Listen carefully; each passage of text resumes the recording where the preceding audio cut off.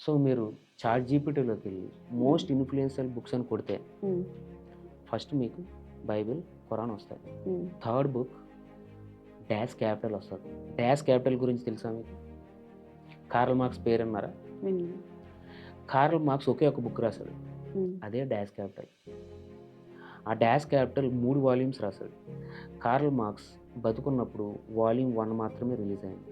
అది కూడా సక్సెస్ అవ్వలేదు. కార్ల్ మార్క్స్ దరిద్రంలో చనిపోయాడు. Karl Marx friend Frederick Engels అని మిగిలిన 2 వాల్యూమ్స్ ఆయన ఎడిట్ చేసి ఆయన రిలీజ్ చేశాడు. ఇది ఫస్ట్ వాల్యూమ్ 1867లో రిలీజ్ అయింది. తర్వాత ఆయన చనిపోయాడు.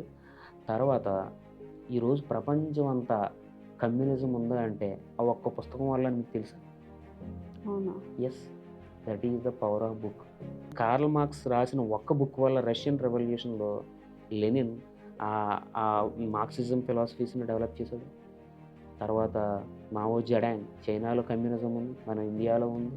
క్యూబాలో ఉంది. హ్మ్. ఆల్ ఓవర్ ప్రపంచంలో కమ్యూనిజం అనే ఐడియాలజీ స్ప్రెడ్ అయిందంటే బికాస్ ఆఫ్ వన్ బుక్. అది కూడా రైటర్ బతుకున్నప్పుడు జరగలేదు.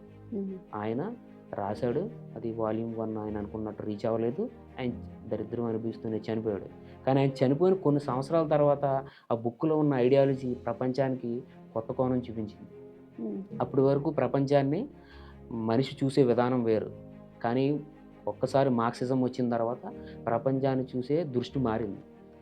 సో, మనం కూడా మీకిందాక మార్కెటింగ్ ఎఫెక్ట్ అని ఒక చాప్టర్ రాసానని అవును. చెప్పా. అది మార్క్సిస్ట్ ఫిలాసఫీ. ఓకే. సో, ఒక మనిషిని ఈ మార్కెట్ సంస్థలు ఎలా డామినేట్ చేస్తాయి, వాడి వ్యక్తిత్వం మీద ఎలా ప్రభావం చూపిస్తాయి అనేది మార్క్స్ చాలా క్లియర్‌గా చెప్పాడు. సో, నేను మార్క్సిజం గురించి నేను సపోర్ట్ చేస్తానా లేదా, మార్క్సిజం ఫాలో అవుతానా లేదా అనేది అనవసరం. కానీ ప్రతి వ్యక్తి కొంచెం మార్క్సిజం తెలుసుకుంటే అతను వ్యక్తిత్వాన్ని కాపాడుకోగలుగుతాడు అన్నది నా బిలీఫ్. అందుకే ఒక చాప్టర్ కంప్లీట్‌గా రాసాను. సో, బుక్ అనేది అంత పవర్‌ఫుల్. హ్మ్.